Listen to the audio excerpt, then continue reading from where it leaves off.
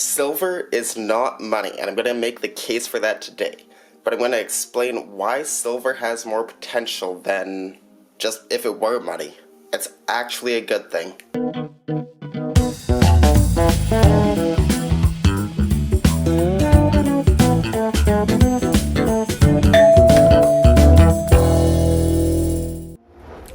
Silver is clearly not money. It's not a medium of exchange. Right off the top, it's clearly not money. You could say it's capital or whatever, but in a capitalist society, every single asset that you hold is capital. It could be a derivative, it could be physical, it could be tangible. Doesn't matter. It's capital. Money is a medium of exchange.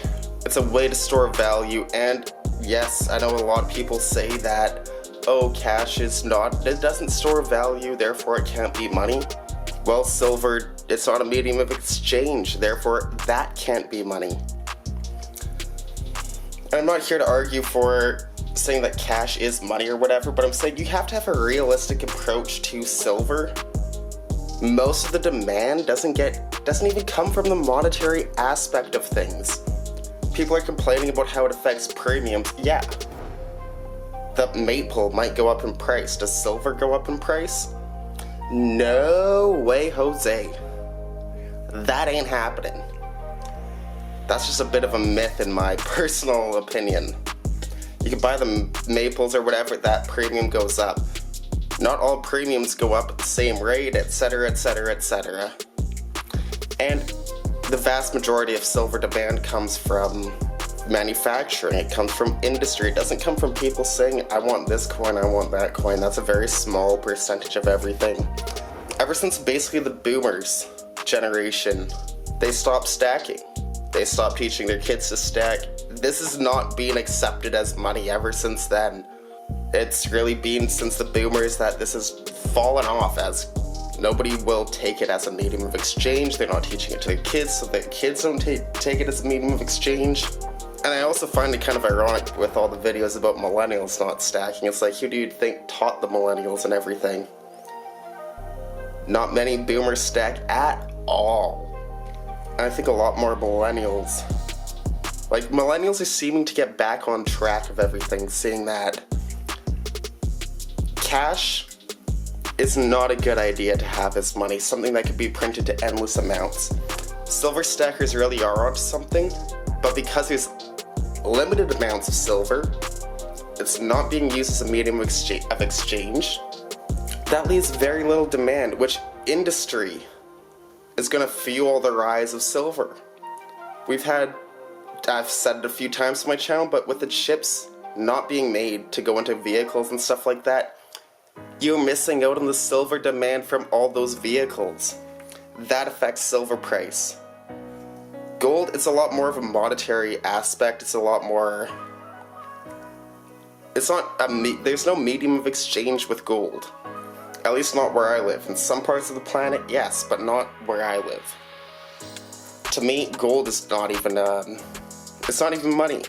Some places on the planet it is, but in my location, definitely not. Could it become money again at some point? Yeah. It still gets monetary, like, the vast majority, has overwhelming majority of its demand coming from monetary aspect. And even the gold jewelry, a lot of stuff in silver actually looks better, but people want gold to be like, look how wealthy I am, look how ballin' I am, or whatever. It's not really the same thing as silver, where people buy it more for the likes, just for how it looks and everything. Just my thoughts and opinions, just sharing my personal experience with all of this stuff. And I think that people treating silver as money and expecting the price to move based on monetary things, I don't think that's the wisest decision in order to be putting your money into this. I see it as a very industrial, speculative metal.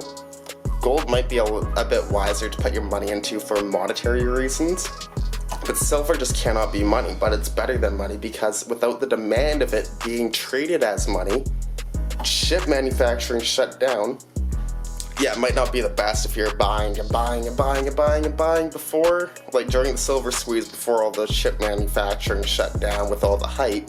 But who buys during major hype? That's just something that is unwise also.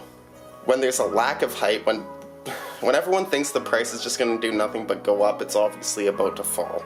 When everyone thinks the price is about to fall, it's obviously about to rise. Most people are wrong. That's my personal perspective on things in most situations. Nobody can predict the future, and the odds are you're going to be making money. Why would you bet on Mike Tyson to win a fight at 100 to 1 odds? There's no payout, there's no nothing, there's no reason to do it. That's my personal opinion. But if you're going to get 100 times what you bet saying Mike Tyson will win the fight, or Buster Douglas, let's say, is going to win that fight, that might be worth it. You do that 100 times, he's probably going to win more than once, just saying. The odds are now in your favor. This is just the way life works. I buy the out of favor bank. It does phenomenal in the coming future, then when the next one gets out of favor, that's a strategy that has made me a small fortune just buying the out of favor banks up in Canada here. I buy silver and gold when they're out of favor. This is just the way things work. This is just the way I make money. This is just my personal experience. This is why I sold in the silver hype, because everyone thought it could do nothing but go up. Therefore, it's obviously about to drop. I don't feel like it's obviously about to rise, but we're getting a lot of people saying and making videos saying that silver's going to drop down to $18 an ounce. That tells me that it's probably going to be rising in the near-term future. Because the chorus has spoken, and once the chorus forms, they're wrong. That's just my personal opinion and the way I view things in life. And this strategy has made me a fortune. Well, it's making me a small fortune right now. Just my thoughts and opinions, and that's how you can make some nice short-term gains on silver. I've made some great short-term gains. Compounded the stack. Really accelerated how much my stack has. Just by operating on some of these principles. That's not every principle I operate on, but silver ain't money. I don't treat it as money. I buy things when they're out of favor, and man, that does very well. When things are way in favor and they have hype behind them, they might have a very strong community following on social media, like meme stocks.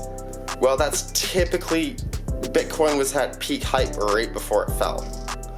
Silver was at peak hype right before it fell. Go through history, look at history. This is just how life works, how investing works. Very simple, a lot easier than you would think. And as I said, this isn't the only principles that I operate on. But it's really not that complicated, and the hype is everything with silver. Go against the grain when it comes to hype. There's no price to earnings, there's no none of that to judge. But you can make a lot of short-term gains really fast based on, are people buying right now or is nobody buying right now? Okay, nobody's buying right now, I buy.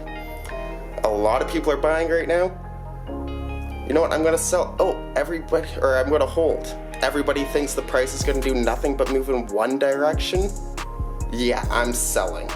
Simple. Short-term profits, really in a nutshell. I hope you guys enjoyed. Please like, share, subscribe.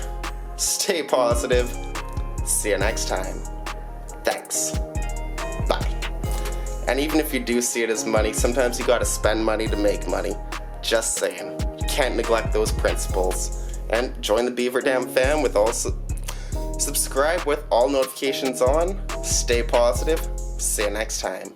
Thanks. Bye.